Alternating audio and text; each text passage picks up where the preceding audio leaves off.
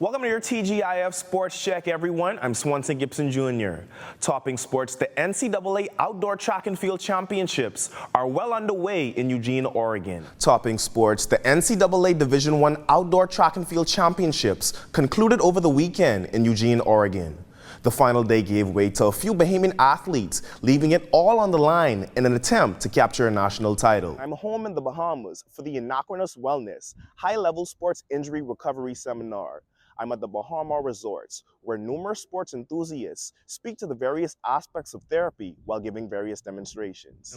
This past week, over 40 teams would have battled it out at the Hope Center, vying for a championship in their respective division.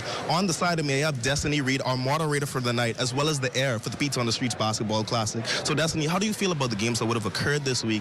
And now you've taken on this new role. What's the future look like for the Pizza on the Streets? Well, I think that the future is bright. Yes, good morning. We're right in the midst of all the action here at the Thomas A. Robinson Stadium. We would have had the 11 under 1,200 meters occur for both the boys and the girls taking place earlier. Samara Cumberbatch winning for the girls and Antoine Laurent winning for the boys. We also have the ceremony starting not too long from now at 10:15. If the first 2 days were any indication, we're in for an absolute treat today. The weather is perfect. We're hoping the weather persists and can be great, allowing our athletes to perform at the highest level. We'll keep you updated with interviewers and statistical updates throughout the day. The NCAA Division II Men's Soccer Championship is officially here.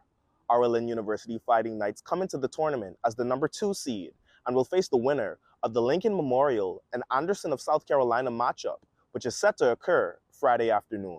But before that, our Fighting Knights would have claimed their 8th Sunshine State Conference Championship this past Sunday, competing against the Rollins College Tars. I was in the midst of all the excitement. The Fighting Knights got out to a hot start offensively, with Dominic Ngatier scoring the game's first goal, courtesy of a well-placed ball from Laurent Barroso Renste.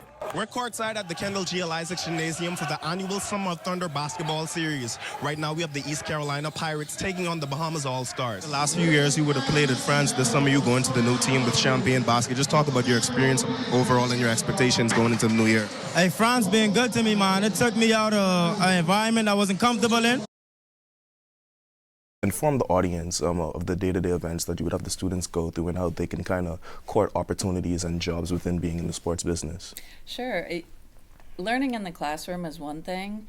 Being out in the field is a completely different experience. So there's a lot of excitement going on for the various men's and women's sports. So what insight can you give the audience about what's going on practice-wise, schedule-wise? What can we know? Yeah, absolutely. So the spring is our busiest time by far. So you would have had the privilege in speaking with Billie Jean King. So what was it like conversing with her, and what did she say to you that kind of stuck with you from an inspiration standpoint in terms of your philanthropic mission? Fun fact, I actually got to have breakfast with her. It was a blue and white coronation at the DeHornley Sports Center, as Lynn University recently honored its national champion, women's volleyball and men's soccer teams, as well as Luna Martins, an NCAA record holder. Seymour also spoke about launching the Prince Jazz X team in tandem with MLB All-Star Jazz Chisholm Jr. and MLB scout Dominic Cawley Jr. We want to be able to help every kid, even if it's just an experience, just being able to just allow us to coach you guys. ZNS Total Sports caught up with 4-time MLB All-Star and Venezuelan coach Yohan Santana. Santana touched on his team competing in the tournament and the importance of Caribbean talent participating. I think that's one of the big reasons why we're here. When that idea was presented to me to try to bring a team from Venezuela, I was all in. Spectating courtside was NBA veteran and Bahamas national team guard Eric Gordon. He had this to say. Well, I'm glad the Bahamian, national team came close. A lot of the young guys on that played today. Bahamian slugger Ian Lewis recently made his debut with the Beloit Skycarp, the high A affiliate for the Miami Marlins organization. Sebastian Walcott and the Frisco Rough Riders had a tightly contested affair with the Arkansas Travelers.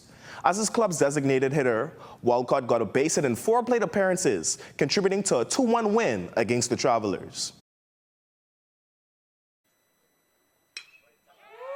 And that one is out of here. And just like that, the Lynn University Fighting Knights are on the board, courtesy of a home run from Brian Zayas. Second baseman Kylie Hope up to the plate. And that one is blasted again. And that one is fair. Runner going to third. Will she reach safely? And she does, standing. Both runners in scoring position now.